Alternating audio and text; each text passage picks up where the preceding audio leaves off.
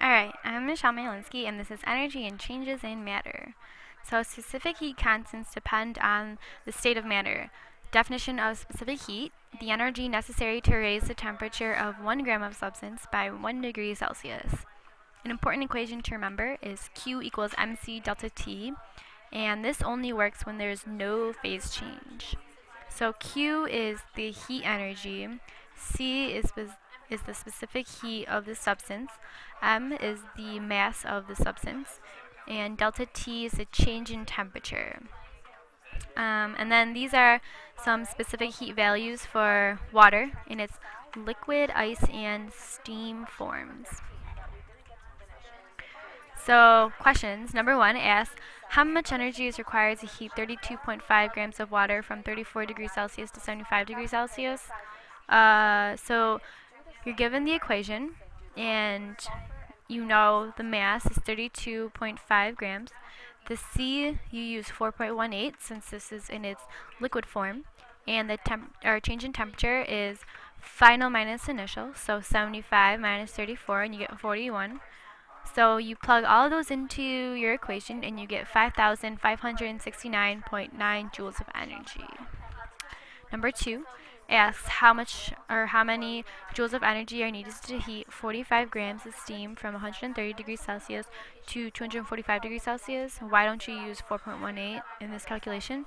So same as last time, you know your equation, you are given the mass, 45 grams, and for C you use 2.02 because it's in its steam form, and 4.18 is for liquid. And your change in temperature is 245 minus 130, and you get 115.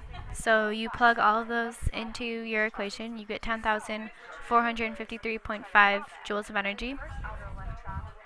Number 3, why is it impossible for you to answer the following question right now? How much energy is required to heat 35 grams of water from 25 degrees Celsius to 150 degrees Celsius? So this involves both liquid, water, and steam, and we don't know how to combine them yet, so you'll learn that later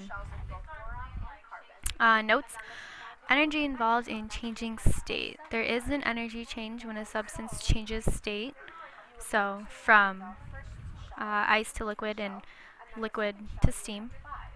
The extra energy is needed to separate the molecules from one another, and the temperature will increase after the phase change if more energy is applied.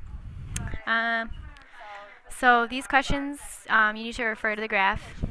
You have to look in your packet because I couldn't get it on the PowerPoint. So number 4, what is the significance of the horizontal portions of the graph? What is going on during those times?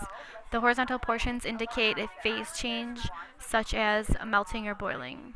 5 asks you to label the temperature scale on the graph.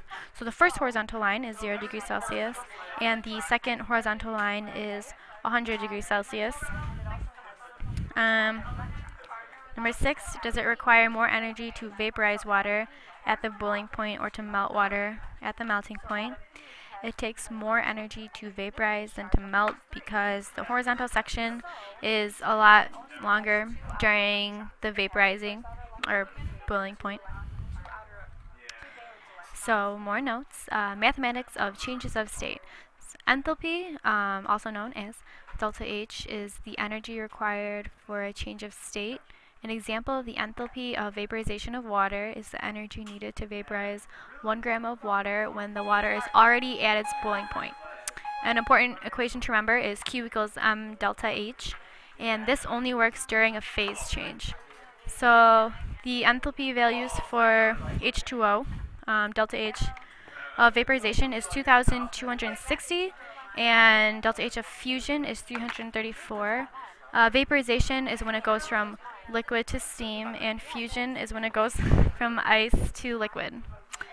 So this is part 1. Part 2 will be the rest of the math questions, so make sure to go look at part 2. Yay!